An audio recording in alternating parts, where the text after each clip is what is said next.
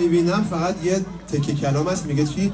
اصلا یه وضعی اوف اوف اوف مجبورم چایی بخورم مثلا چاییه گفتن ودکا نیست. یه سوال تا شما یه رمینور بدین چرا همه انقدر خوشگلن خوشتیپن چجوریه؟ یعنی امشب زشتا رو راه نمیرن؟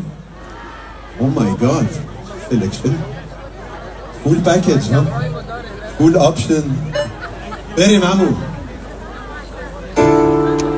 You know what I see you? I tell myself اصلا یه وضعی. When I see my Persian people